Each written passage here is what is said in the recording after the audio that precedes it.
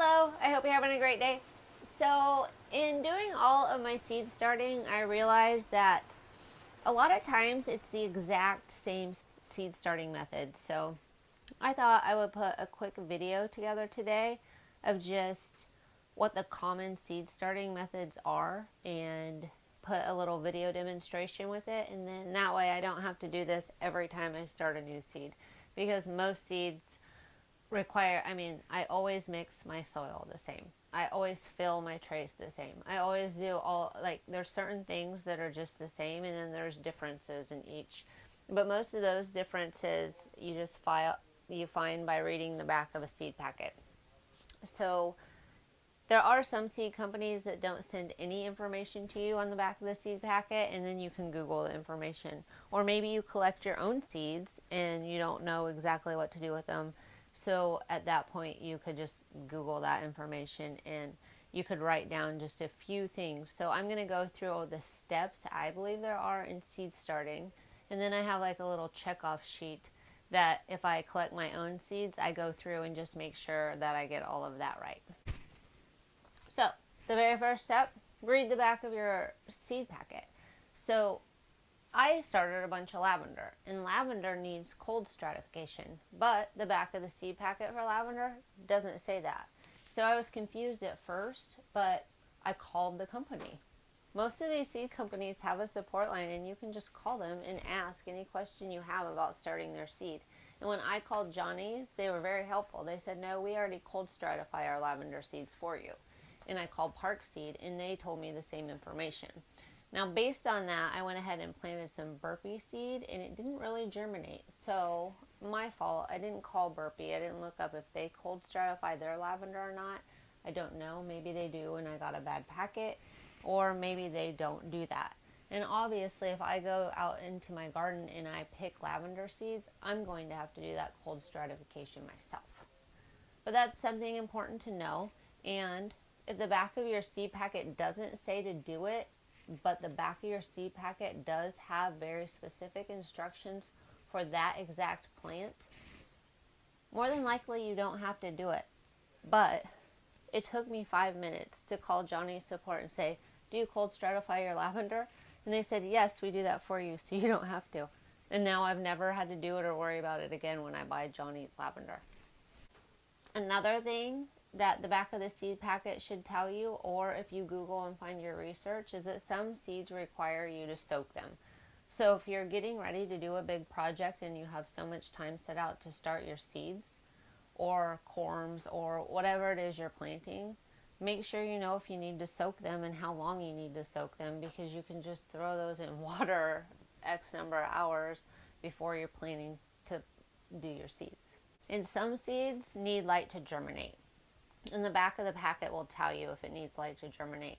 So you're going to need a place to put those seeds in light. So whether you have grow lights like I do, or you put them in a windowsill, or maybe you have a greenhouse, more than likely if the seed says it needs light to germinate, one, you're not going to want to put anything over the seed that will block the light. You can use things like vermiculite and stuff that lets the light come through, as long as you don't put it on too thick. And then normally you just sprinkle those seeds that need light to germinate on top. But you want to know, because you want to know when you're planting these seeds and getting them ready to go, does it need light to germinate or does it need darkness to germinate? And then there are specialty seeds that might need boiled or nicked or cut or sanded. A lot of times I think those are more like seeds possibly that have like a harder shell coating, and a lot of times I think that falls into like woody type of plants. I haven't came across any flowers yet, but that doesn't mean there aren't any. And you just want to make sure that if you have to like boil or cut or nick or do anything like that to the seeds ahead of time, that you have that process done as well before you get your dirt ready and start doing your soil blocking. And now before you start starting, you want to make sure you can get the temperatures that seed needs to germinate. So I start seeds in my basement, which runs between 70 and 75 degrees. Most seeds need to germinate between around 70, 72, 75. So it's perfect really to germinate seeds. Now I have other seeds like peppers and stuff that are 85 5 degrees, and for that I use a heat mat, and I place my seeds on the heat mat, and then I can get the temperature on the bottom of those to rise until my peppers and things like that can germinate. And then one thing that isn't on the back of the seed packets, but I learned through trial and error, is I have all of these in the room with my furnace, and I didn't realize this room is so dry in the wintertime. So in the summertime, my basement, we run a dehumidifier to get all of the moisture out of the basement. But in the wintertime, it's dry. It's so dry, in fact, that I had to actually buy a humidifier for this room so that I could keep the humidity levels up at least above 50. Because this isn't really seed starting, but after you get your seeds to start and you take off the humidity dome, like those seedlings need some humidity in the air. Another thing, when you go to start seed starting, you want to make sure you have fans. You want to make sure that the fans can, like after you remove your humidity domes, you want to be able to like blow the little seedlings around so that they're like blowing in the wind. It makes their stems stronger, and it also dries out the soil so that you don't have as big a problem with like fungus gnats, like different things like that. So get yourself some fans and make sure that you have good air circulation when you take off the humidity dome. Pick a good seed starting mix. I think you can pick any seed starting mix. I mean, as long as it says seed starting. You don't want to get anything with a lot of fertilizers in it, because those itty bitty seeds have everything they need to grow into a big beautiful plant. Just that little itty bitty seed has all the information telling that plant how to grow. It's magical.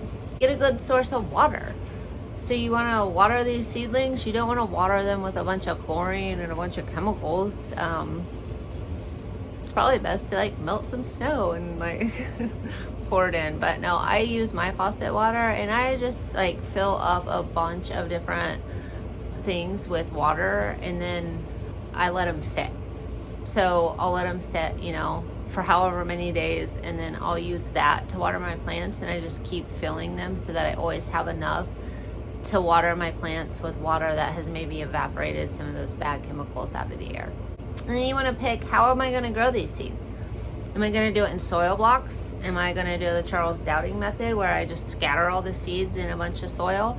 Or am I going to use trays? I prefer using the seed trays. I tried soil blocking with 2 of the harder plants, and I didn't have as good a luck as I did with the seed trays. For one, I can bottom water the seed trays, and it doesn't in any way destroy all the soil or the soil blocks or tip them over. And I just feel like it's just easy. Like I pick up the tray, I water underneath, it comes up, and now I've even gotten to a point where this is about 1 liter of water, and if I pour that in, it seems to be enough to, like when my trays dry out, I pour this in, and it's enough to last a few days. So I'm even trying to get to where I don't have to dump water out, because you can pour water in, and then if 20 minutes later it's still sitting there, you pour it out to make sure you don't kill your plants. And I never have to pour any water out using this, and it usually lasts a few days. So you can do that too. Like you can experiment with the humidity in your room and where you're at in your location, how much water do they need each day, and you'll figure it out. It won't take you very long at all. And then you're gonna want some kind of tub to just mix the seed starting mix with water, because when you get the seed starting mix already, you want to get it damp, but you don't want to have it soaking wet. So it's easy to like mix it in some kind of tray, and then fill your trays or fill your soil blocks or fill anything you need with the soil that you're going to put your seeds in. Getting your soil damp but not dripping wet. Notice I have ProMix, and it says seed starting. I'll throw a picture up since this is backwards.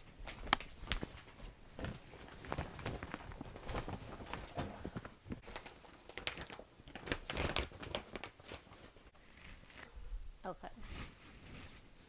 And now I have water, and this water's been sitting here for about 3 days, so it's been evaporating. Hopefully any harmful chemicals are out of it. So now what I'm going to do is I'm going to add some water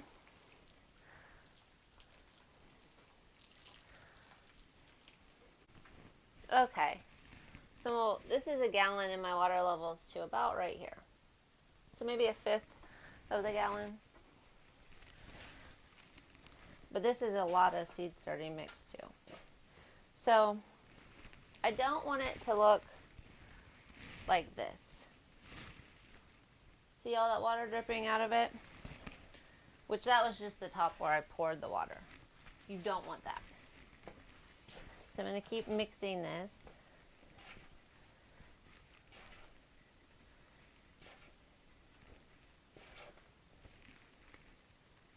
And see this? I'm squeezing as hard as I can, but it's just flaking. It's not sticking together.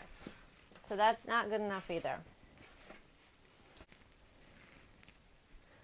Okay, so I'm squeezing as hard as I can. And there's nothing dripping out, but see how it's kind of still falling apart, so maybe a little bit more, but it's almost perfect. See how it's kind of holding its form? That's where I want it. See how like I dropped that and it was just a big chunk?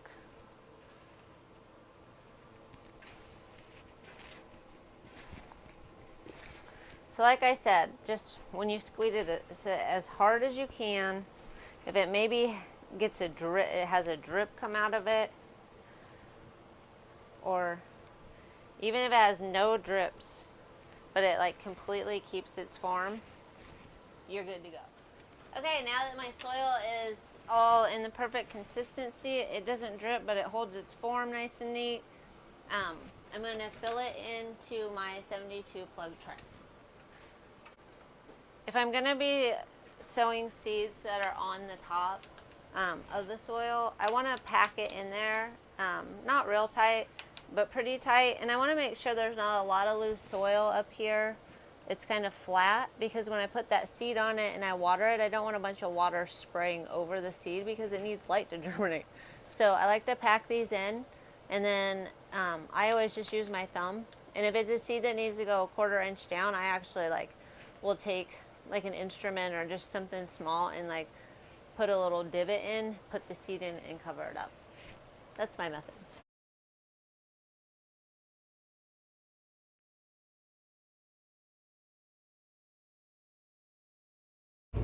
When you plant your seeds, follow what it says on either your Google research or the back of the seed packet, and either sprinkle the seed on top of the soil if it needs light to germinate, or put it down a 1/4 inch, 1/2 inch, however far it needs to go.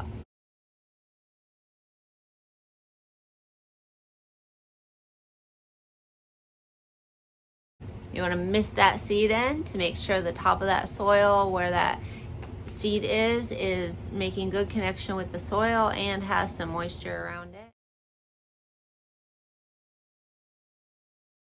And then you're going to put your humidity dome on. And you're going to put your seeds either on a heat mat or in a room or in a place that has all the requirements you need for that seed. And if you follow all of these requirements or these things that I've kind of laid out, I found that you don't need to water your seedlings again until you remove the humidity dome. That I killed a lot of seedlings because I kept spraying them every day, but you don't need to do that.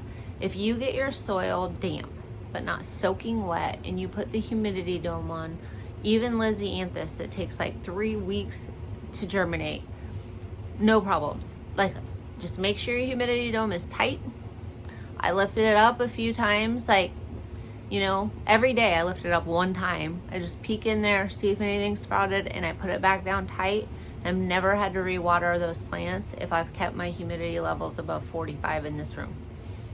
So don't make the mistake I did and water your plants when you have a humidity dome on. There's no need. If you follow these steps and you get your soil damp before you put it in and put your seeds in, and you miss the top of those seeds right before putting the humidity dome on, you should not have to water again until after you've taken the humidity dome off. And even then, I don't usually have to water for a couple days because the soil is still so damp.